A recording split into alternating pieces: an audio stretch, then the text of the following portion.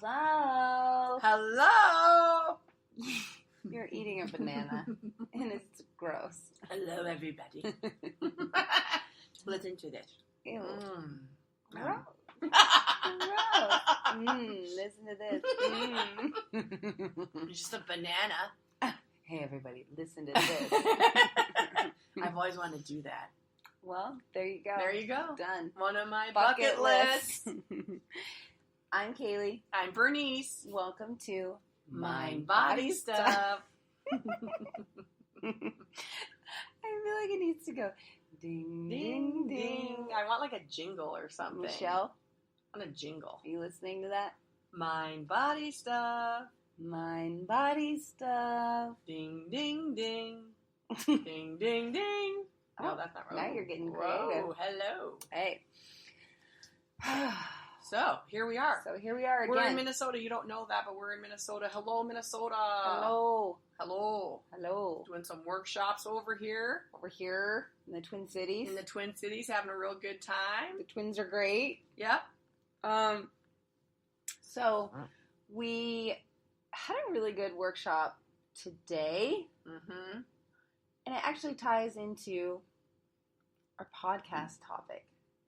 So we had a listener write in and just mention a situation in her family that involves a family member who has mental illness and how this illness is, and her inability to deal with her mental illness, and how this is having a really negative impact on her family. Mm-hmm. On the members of her family. On the members of her family. And Yeah. so she's now trying to figure out how to let go of this relationship, or at least give it space right now, because she probably can't change that person. She probably can't demand that person find help or seek therapy. And so she's got to figure out how to let this go. How she deals with How to this, deal with it. Because it's been going on for about 20 years. It's a long-standing thing.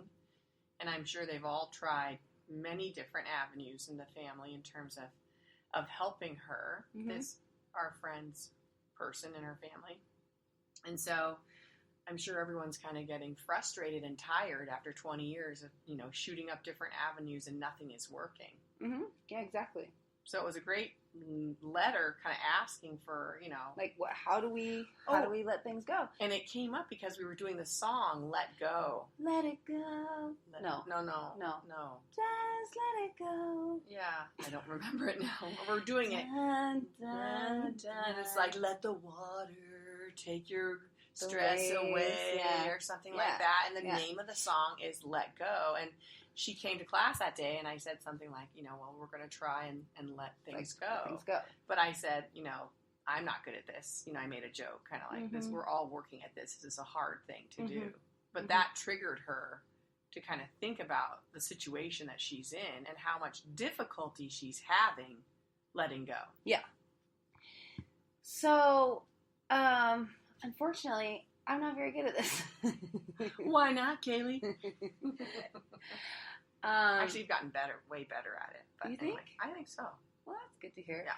And there's a few different things I think we can talk about. I think we can talk about the physical, actual act of releasing and letting go that is such a therapeutic aspect of OULA. Mm-hmm. Mm-hmm. And so a lot of the work that we try to do with OULA is to allow ourselves to let go of what we're holding on to, what's holding us back, what's stuck in the body, even cyclical patterns of thoughts that feel stuck. Can we use the movement, the music, the community, the release from shouting or singing lyrics? Can we use these things to release some of this stuff that's almost in a holding pattern within our bodies, within our psyches? Mm-hmm.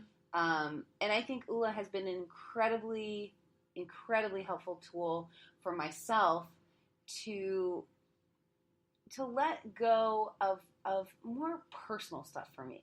Mm-hmm. Now, this email is difficult for me because I'm not so good at it when it comes to other people. Yes. Yeah. Good point. Yeah. And why not? Why would you say? Well, that was like such a therapist moment. Okay, now let's go into that a little further. I'm like, I'd like to know a little bit more about that. I'd be curious as to why. Why not? I don't know. I think I can be like a pusher in relationships. I know that I am a pusher in relationships. So for me, rather than kind of letting go and let be, I'm like, no, but you need to figure this out. Yeah, let's because push. You're going to be a lot happier once you figure this out. If you go in this direction. You go. Yeah. And like, obviously I can't go there with you, but I'll be there for you. Let's go. Right. But not everyone wants that. And pointing out people's stuff doesn't usually make them happy. What?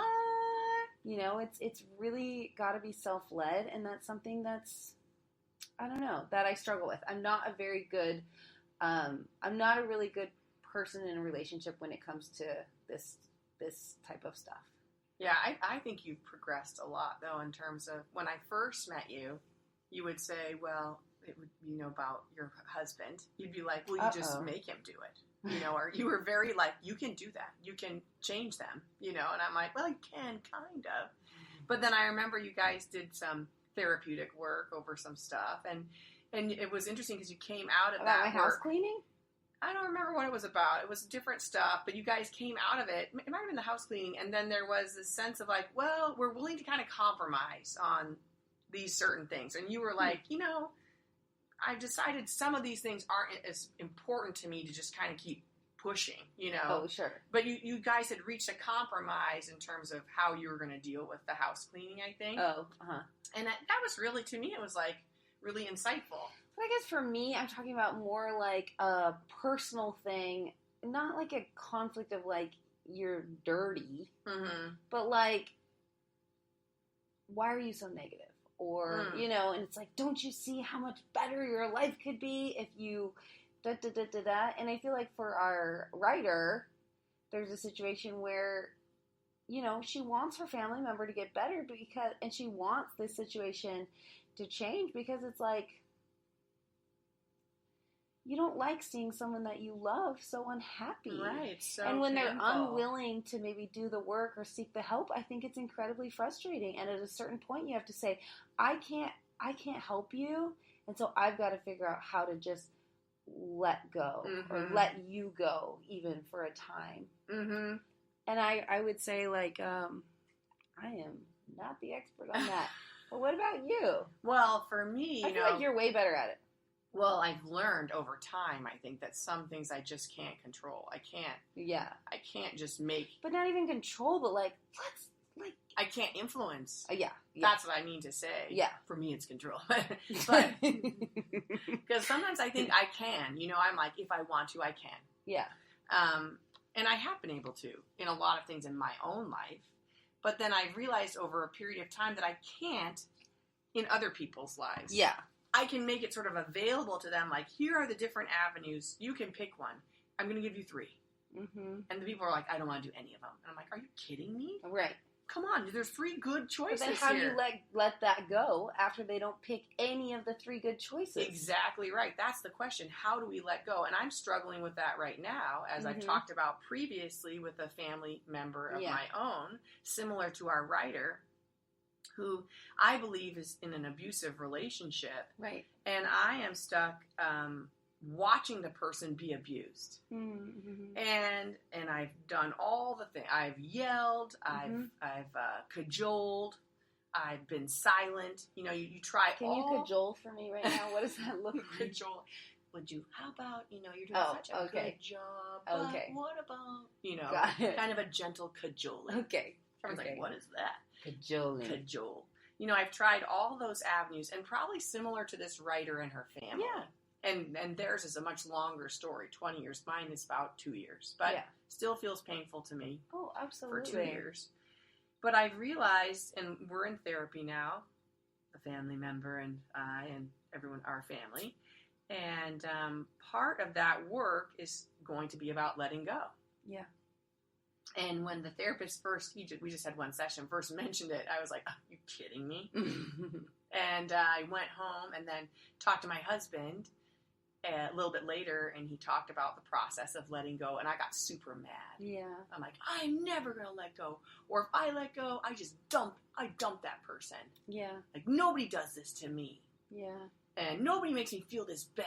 So much anger about that I don't have influence on this person and their life, and to make their life better.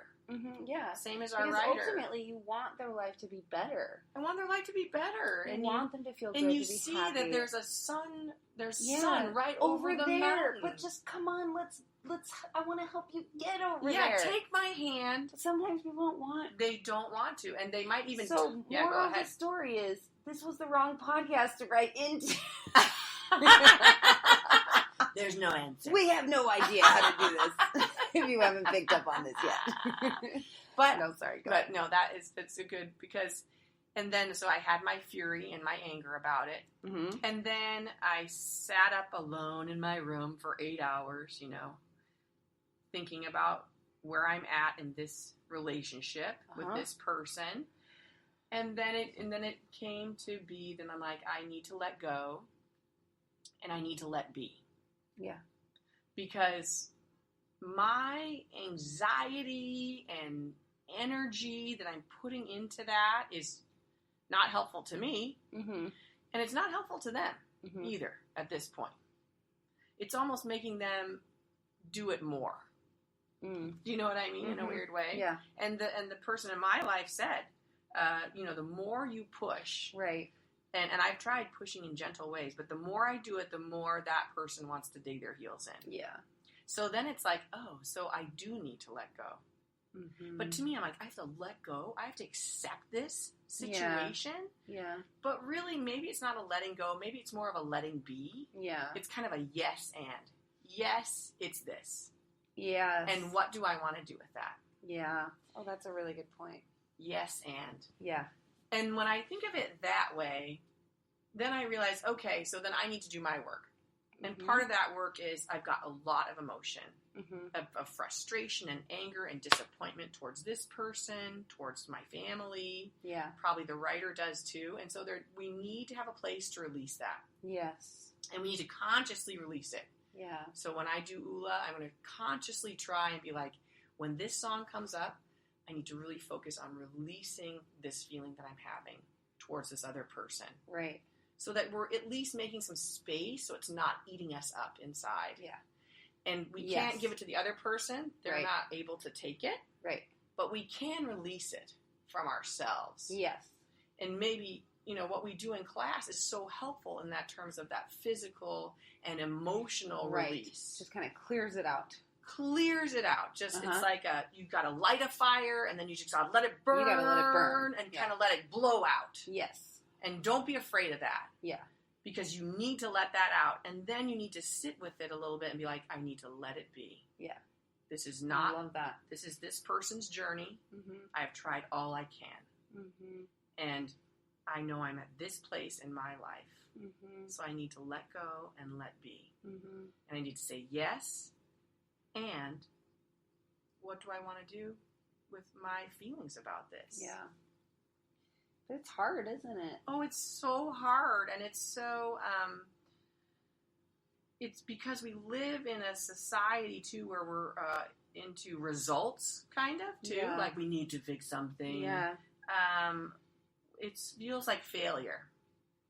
Totally. I think the families feel like failure sometimes, that they haven't, like for a writer, that they haven't been able to help their child or help their sibling or help their partner. You take that on as your failure. And I think we have to be careful about that too, because then that gets into our own negative self-talk. And it gets ground into us. Yeah. Yeah. And then it's no longer about them. Right. Suddenly it's like, and that's what was happening to me. I'm a failure. I can't fix this. And then it made me unwilling to do my work with it. It made me just want to sit and kind of be like, that's it. Yeah. Failure. You knew it. Yeah. You knew this was going to happen. And so I think another interesting thing maybe just talking about your personal situation is now your work is not to just let this person go, but to figure out how to keep this person in your life in the situation that they're in. Exactly right. Yes. Ugh. I know. It's really hard. Because, of course, I wanted to be like, that's it. Yeah. I'm done. Uh-huh. I'm done until you... Until you do what I think is best for you. Yes. Uh-huh. And it might be best for them. Well, and I think, honestly, sometimes setting up boundaries is really important. And I think that's what our writer is talking about. She said, I've got to set up boundaries. I've got to make space in my life from this situation because it's not doing me any good. I'm upset about it. Here I am, like, crying about this situation and not being able to stop thinking about it. So figuring out how you can step away from it. But then I think maybe in your case, because the relationship is different, how do you... I don't know if you can step away from this person. I think I have to have boundaries, though. I think but that's you do a have very to have boundaries. good point. You have to have boundaries. And the therapist talked about that initially with us, about boundaries. And I think I'm willing to talk to this person in my life and sort of say, this is how I can be in your life. Mm-hmm. And I think that's a valid thing to talk about. And to hear back how that person can be in your life. Yeah, exactly. Yeah, that's a great point. Yeah. This is how I see myself in your life. And this is why I see myself in this way. Mm-hmm. Maybe in a more limited fashion than I was before. Mm-hmm. Because this is tough for me. Mm-hmm. I know this is what you want, but I'm willing to still be there. But just sort of understanding for both of us where each of us are coming from. Yeah. And then that person can then, like you said, say, okay, so this is how that boundary works for me. Mm-hmm. Yeah. So we can open up that dialogue a little bit. Right. But still be clear on, this is how I have to do this boundary. Yeah. Because I can't do it any other way. Yeah, and I can't keep doing it the way we're doing it. Yeah, and it obviously isn't being effective. Yeah. It's not helping you, and it's not helping me. Yeah. Yeah, very interesting. Yeah. I think, so a lot of the work we did today in our workshop was also about not letting go of a person, but letting go of these expectations or these things we should be doing or these ideas that we have about who we need to be and how we need to serve other people and all of these shoulds, basically. How we should on ourselves. And it was such a great day. It really was a great day. And I don't want to kind of ruin it too much for anyone who's attending this workshop in Missoula or wherever else you're attending it or down in Tulum. But I want them to get this value sheet that we have. Oh, the value sheet. Like so everyone great. Who is listening to this podcast who is interested, part of the process that we go through is evaluating your values and then evaluating what you are giving your time and your energy to and just kind of figuring out where the discord may be. And so if anyone who's listening wants that value sheet, shoot us an email because it's incredibly helpful. But I think once you also recognize what your real, true values are, it almost becomes easier to let go of some of the things that actually aren't super important to you, but they're part of this whole story of what you should be doing, who you should be saying yes to, what you should be saying yes to. Yes, and how you sort of envision yourself, I think. Or how other people envision you or have directed you. Totally. Or maybe even how culture has directed you in terms of I'm a woman and this is what I should be doing, or I'm a man and this is how I should be in the world at the age of 35 this or is whatever. What success should look like, or this is what motherhood should look like. And so figuring out all these different ways that we're saying yes to things that actually aren't serving us. And I feel... And that aren't congruent with really what we value. But I feel like it's really hard to let go of those shoulds when you haven't identified your value system. Yes, and because that's your what was value, mind-blowing for us. I can't tell you guys the kind of mental breakthrough that I've had with some of this work that we've been doing with this Q3 workshop. And I think that letting go is really challenging when it's like expectations you have of yourself, or ideas about how you thought your life would be, or letting go of even responsibilities that you may have in your life, because you feel like if you say no to those, you're going to be a bad mom, you're going to be a bad husband, you're going to be a bad employee, you're going to be a bad whatever it is. Right. And so really identifying what our values are so that we can live in alignment with those values, I believe makes letting go a lot easier. Yes, it does. It really does. And then when we can be saying yes to all that we really want to be doing, living, devoting our time to, we can have such a better life.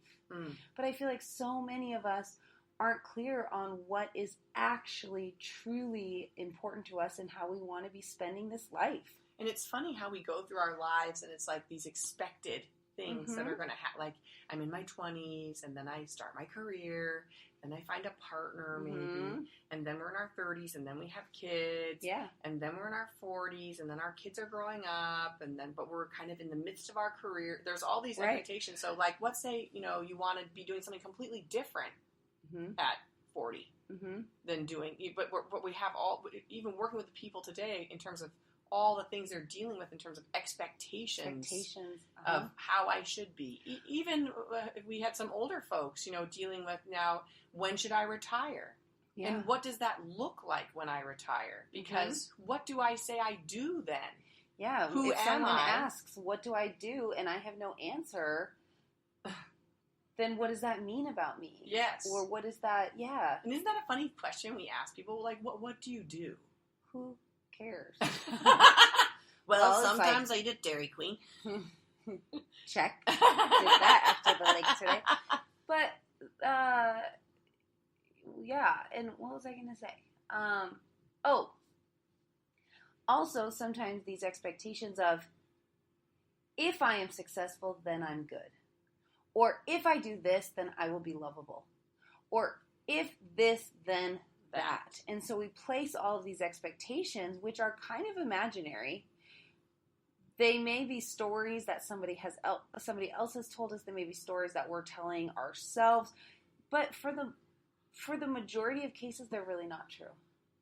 No, and I think that's what that value sheet was all about in terms of exploring who are you? Who are you? What do you want? What's important to you? If career is not important to you, then don't spend all of your time at work and then taking on extra projects that your boss wants you to, or saying yes to working on the weekends if those things actually aren't aligned with your values, because you're going to find yourself in a situation where you're saying yes because what? Because you want to be liked, because you don't want anyone to think you're not a hard worker, because then what? What happens if someone doesn't think you're a hard worker? Right. Then what are you? Yeah. You know? And so, but maybe career is a huge value to you.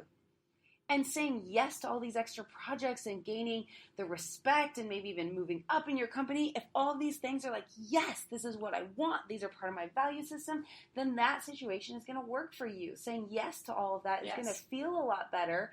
You won't be energetically drained. I think also checking in with your energy levels as you're saying yes to different things. Does this situation restore my energy, or does it drain my energy? That's a very good point. And if you're being drained by the things you're saying yes to, you need to look at that. Yeah, you need to be curious about that. What does that mean in your life? Right. If you feel physically and energetically drained. Depleted from like, saying yes to this. That's one of those clues. You know, it's like, listen up. So can you let go this idea of who you need to be for everybody else so that you can be true to you?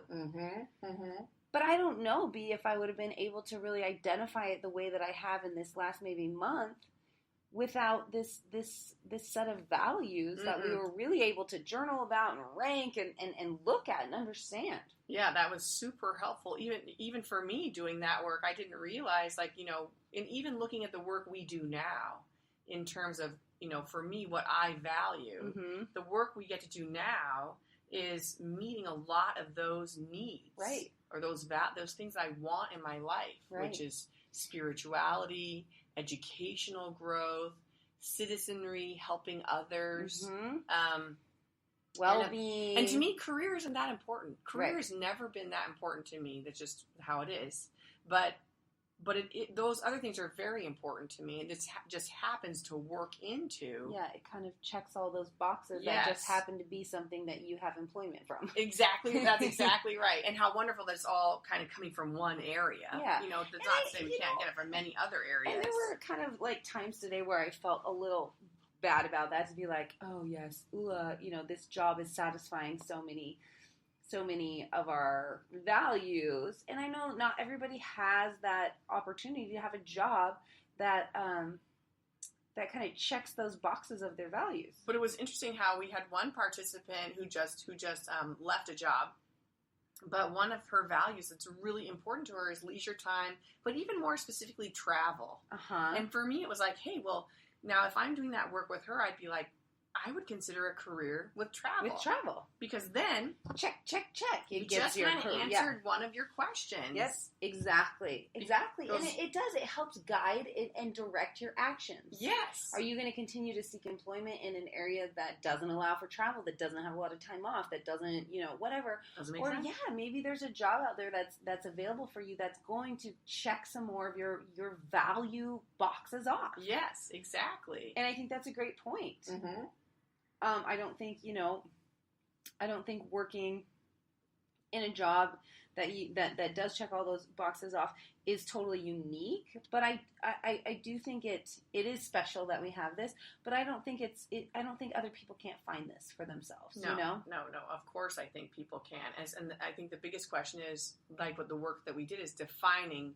Are you living towards your values? Are those incorporated in what you're doing? And all these people are busy, and they just kept saying, I just don't know how to fit in all of these things that are valuable to me, or that I hold as my values into the day. Mm-hmm. And I really, I could see how I felt for those situations, but I do think you're right. Like, can you find activities? Maybe they're not jobs. Maybe you find activities, or you find friendships that then also satisfy your spiritual needs. Like, can you have these really, one of the participants was like, I love doing all this self-exploration and discovery and reading and asking questions, but I just wish I had someone to talk about them with. And it's like, okay, so maybe you find a friend group that after, you do all this self-exploration and this spiritual reading, and then you have these people that then, you can talk to about it, you can process, and maybe you can even, serve in different ways. And so you start checking off some more of those getting an understanding. boxes. So I really want to learn more about my spirituality and become more educated in different things, that expansiveness. Yes, find a friend, get a group, work that in. You just answered some of what you're wanting in your life. And then again, coming back to this concept of letting go, then I think it's so much. It's just more clear what needs to go. Mm-hmm. Yes, So evaluating what you want to be giving your time to, what you're actually giving your time to, and which of those things you can begin to cut out of your life. Yes, and being clear about your priorities and Mm-hmm. cutting out those other things that are taking up too much time that Mm-hmm. you don't really want to do. You don't really want to be doing. But there's coming back to those shoulds. Yes. I should be doing this. Why? I should be on the PTA. But why? But why? Because you want people to think you're a good mom? At the school? Yes. Because, but maybe the PTA is your social life, and it's a way that you feel that you can serve. Yes. And you have that connection to community, and you feel like it does make you a good parent. If that being part of the PTA is checking off your boxes, then be a part of the PTA. But if the PTA is keeping you from doing the things that you actually want to be spending your time on, but you feel like you should be on the PTA, then get off the PTA. Let it go. Let it go. Let it go. It's okay. Life is too short. Yes. To be spending our time wasting our energy on things that aren't allowing us to serve our highest good. And even with these family members, in a weird way, having the talk with them. Right. Like, this is what I'm going to have to let go. Because it's not serving me, and it's not serving you. Do you suggest telling them? I suggest having a talk with them if you have a good relationship with them. Yeah. I'm going to do it with a therapist there as a mediator for me. Yeah. Just because I might lose my temper if the therapist, I just want someone to mediate for me. Yeah.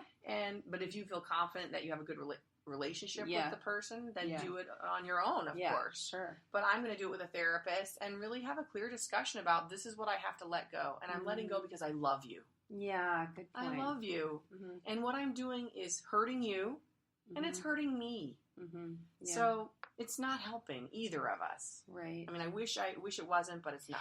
And I think that control piece it's scary to lose it because you think, well, who's going to protect you if I am not there to help? Right. Or like, who is going, like, you know, I think that part must be scary, especially when it's someone that you love so much. Oh, yeah.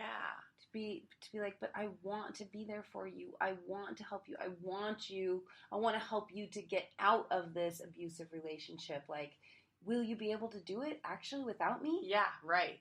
Which I think maybe I would feel. That's how I feel too. But can you actually do this without me? Yes, right. You know? And, right. And I also want to say whatever, and I've said it before to this person, that if you ever need any help, let me know. I will be there. Yes. I will pick up the pieces. I will get you in the car. Yes. I will get you away. But right now, I need to just be. Yes. And someone said a good point. They said, well, it's almost like you're doing so much that they can't fall. Or they can't. Oh, yeah. You're kind of like you're preventing that person from actually just going full into that relationship, or that I'm almost. It's almost like when you hand like you talk about when someone's crying and you hand them the tissue, right? And it kind of says, "Okay, now you're done. Clean that up." Yeah, this is a bit of a mess, isn't it? I'm not letting them just go do what they want to do. If they need to crash, they crash, I guess. Mm-hmm. And I'm not helping in what they're needing to explore. Well, and I think I've definitely talked about how my biggest crashes have been my greatest lessons and blessings. Mm-hmm. And so in a way, we're trying to prevent people from actually crashing, even though so many of our greatest life lessons come from those crashes. Right, exactly. So in a way, it's kind of like, you know what, I'm going to let you go because I'm sure there's something down there that's meant for you to find. Yes. And somehow I'm preventing you from going there. And you're kind of resenting me that I'm blocking it. Yeah, yeah. Like, let me go down there. Yeah, I want. And I'm like, don't go down there. It's not safe. I'm telling you. Yeah, exactly. And they might get injured. I don't know. Mm-hmm. But it's like, but I'm not. But they're so hell bent, but on going down there. Yeah, exactly. And it's almost like the more I'm like holding them back, the more they're pulling away. Like, let me go. Yeah. So I think I have to let go. Well, let us know how that goes. Oh, I know. It's a big one. And as a therapist, of course, I feel like such a failure. Of course, we already talked about the failure part, but I do feel like I failed. But again, that's my personal stuff, getting mixed up in into there. Into somebody else's situation. Exactly right. That's those negative thoughts. Well, and that's even those glasses beliefs, too. Like you're seeing this situation through your lens. Yes, my lens of like I'm unlovable. Mm-hmm. I always make mistakes. Yeah. And they feed right. I'm not perfect. I wasn't the perfect person. See, if I would have been perfect, then this wouldn't have happened. This would not have happened. But really, you know what, folks? People are their own individual persons. Yeah. And we try and we do what we can, but ultimately people do what they're going to do as grown-ups. Mm-hmm. So I got to take my glasses off and let the person go. Yeah.